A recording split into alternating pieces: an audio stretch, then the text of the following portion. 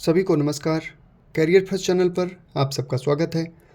साथियों, आज से रामधारी गुप्ता खंड 1 को 100 शब्द प्रति मिनट की गति से शुरू किया जा रहा है। इससे आपकी तैयारी में आपकी गति बढ़ने के साथ साथ एक्यूरेसी में भी काफ़ी फ़ायदा होगा। डिक्टेशन लिखने के लिए तैयार रहें। Ready, start. सभापति महोदय, मैं रक्षा मंत्रालय की मांगों का समर्थन करने के लिए खड़ा हुआ हूँ। वर्तमान घटनाओं से पता चलता है कि संसार का हर देश अपनी सुरक्षा के बारे में चिंतित है और उसके लिए हर प्रयत्न कर रहा है। इस दृष्टि से अन्य देशों की तरह हमारे देश में भी रक्षा मंत्रालय का महत्व है।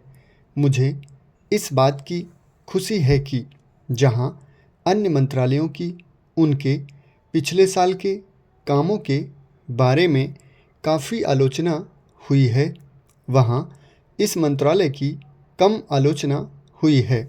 इससे पता चलता है कि इस मंत्रालय ने पिछले साल अच्छा काम किया है।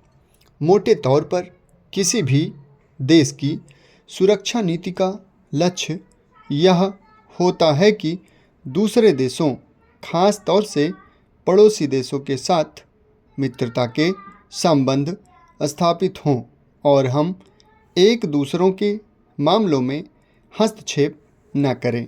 लेकिन उसके साथ यह भी ज़रूरी होता है कि हम अपने देश की सीमाओं और अखंडता की रक्षा करें।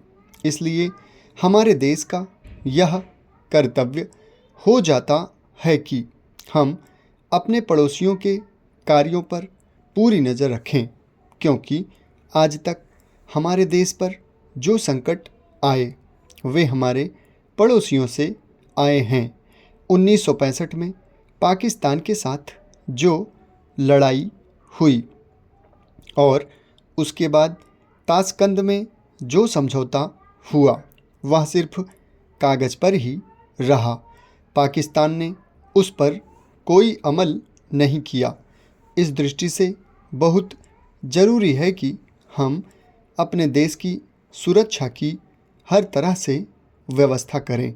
हमारा उद्देश्य दूसरों पर आक्रमण करना नहीं है, लेकिन यदि हम पर कोई आक्रमण करे तो हम में इतनी शक्ति अवश्य होनी चाहिए कि हम उसका डटकर सामना कर सकें। आप जानते हैं कि पिछले दिनों पाकिस्तान को अमेरिका और चीन से काफ़ी मदद मिली है। रक्षा मंत्रालय की रिपोर्ट में भी कहा गया है कि पिछले साल अमेरिका ने पाकिस्तान को 1500 करोड़ रुपए की फौजी सहायता दी है। आज जहां हम फौजी सामान के लिए अपने कारखानों की मदद से अपनी शक्ति बढ़ाने का प्रयत्न कर रहे हैं, वहां पाकिस्तान संसार के देशों से फौजी सामान खरीद रहा है। अपनी नीति के कारण वह सब देशों से लाभ उठा रहा है। मेरा सुझाव है कि हमको भी अपनी शक्ति बढ़ाने के लिए संसार के अन्य देशों से अधिक फौजी सामान खरीदना चाहिए। आज तिब्बत की सीमा पर चीन की 1.5 लाख फौज खड़ी है। समाप्त। धन्यवाद।